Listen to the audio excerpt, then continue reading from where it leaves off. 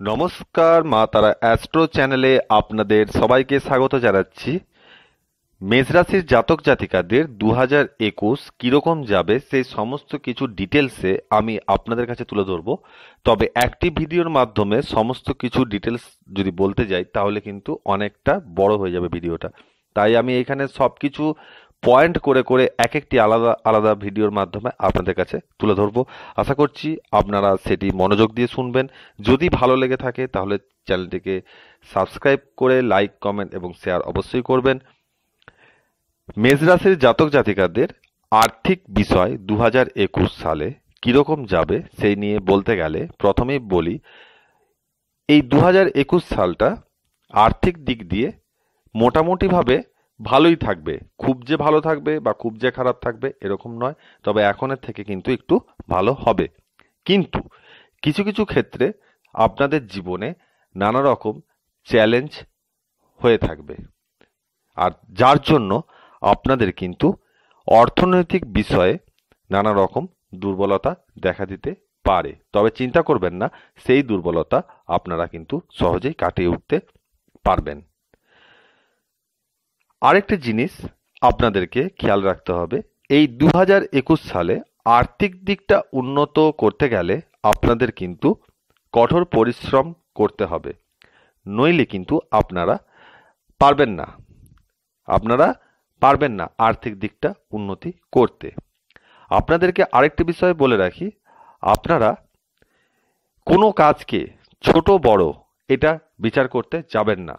যেটা আপনার ক্ষেত্রে সুবিধা, যে কাজটা মনে করছেন যে করলে আপনার আর্থিক দিকটা উন্নত হবে, আপনারা সেই কাজে ঝাঁপিয়ে পড়ুন। এটা ব্যবসার ক্ষেত্রে বলছি। এরপর বলছি, মেষ রাশির জাতক জাতিকারা যারা ব্যবসা করছেন 2020 সালে অনেকেরই ব্যবসায় মন্দা দেখা দিয়েছে।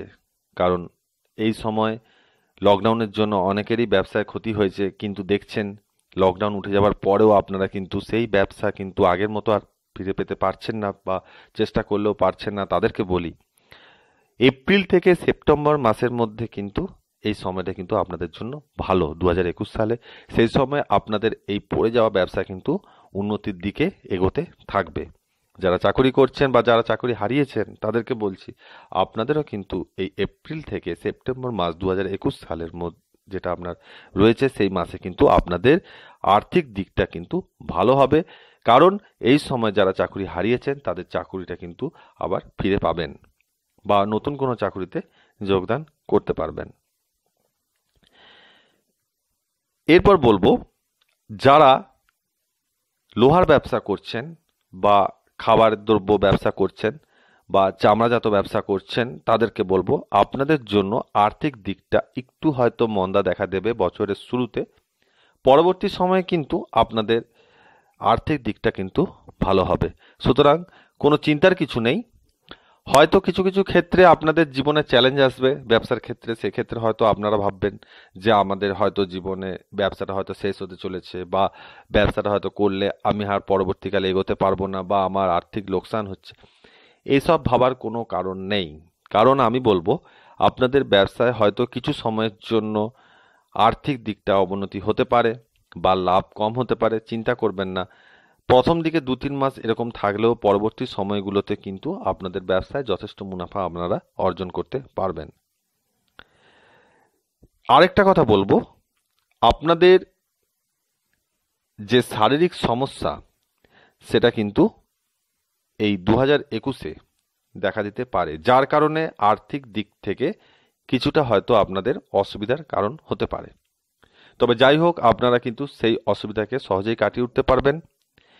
ডিসেম্বর থেকে একটি ভালো সময় কিন্তু শুরু হবে। 2021 সালের ডিসেম্বর থেকে একটি ভালো সময় শুরু হবে।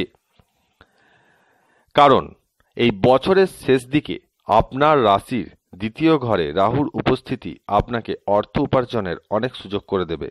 আপনাদের কি করতে হবে, খুব সতর্কভাবে সেই সমস্ত সুযোগগুলোকে খুব যত্ন সহকারে কাজে লাগাতে হবে। আপনারা যদি সেই সুযোগগুলোকে কাজে লাগান তাহলে নানা দিক থেকে কিন্তু আপনারা লাভবান হবেন। এরপর বলবো, এই সময় আপনারা আপনাদের সন্তানদের খেয়াল রাখবেন। কারণ পড়ে গিয়ে চোট আঘাত লাগার সম্ভাবনা আছে, সেক্ষেত্রে কিন্তু আর্থিক দিক থেকে আপনাদের অনেক সমস্যায় পড়তে হবে। যারা মনে করছেন দেশের বাইরে যাবেন তাদেরকে বলবো আগে আপনাদের আর্থিক ক্ষমতা দেখে তবেই কিন্তু বাইরে যান, না হলে কিন্তু নানা রকম সমস্যায় আর্থিক দিক থেকে সমস্যায় পড়তে পারেন। যারা জায়গা জমি কিনবেন মনে করছেন 2021 সালে তাদেরকে বলবো বছরের মধ্যভাগে প্রথম 3 মাস, শেষের 3 মাস, এই সময় বাদ দিয়ে বছরের মধ্যভাগে জায়গা জমি আপনারা কিনতে পারেন। এটা ছিল মেষ রাশির জাতক জাতিকাদের 2021 কিরকম যাবে আর্থিক দিকটা, সেটা নিয়ে আমি একটা প্রাথমিক ধারণা দিয়ে রাখলাম। এর পরবর্তী ভিডিওগুলোতে কিন্তু আমি মেষ রাশির জাতক জাতিকাদের প্রত্যেক মাস কিরকম যাবে 2021 সালে, প্রত্যেকটা সপ্তাহ কিরকম যাবে, এই সমস্ত কিছু নিয়ে আরও ডিটেলস আপনাদের কাছে তুলে ধরবো। তবে চ্যানেলটিকে সাবস্ক্রাইব করে রাখবেন। এরপর মেষ রাশির অন্য বিষয়গুলো কিরকম যাবে 2021 সালে সেগুলো আমি আপনাদের কাছে তুলে ধরবো।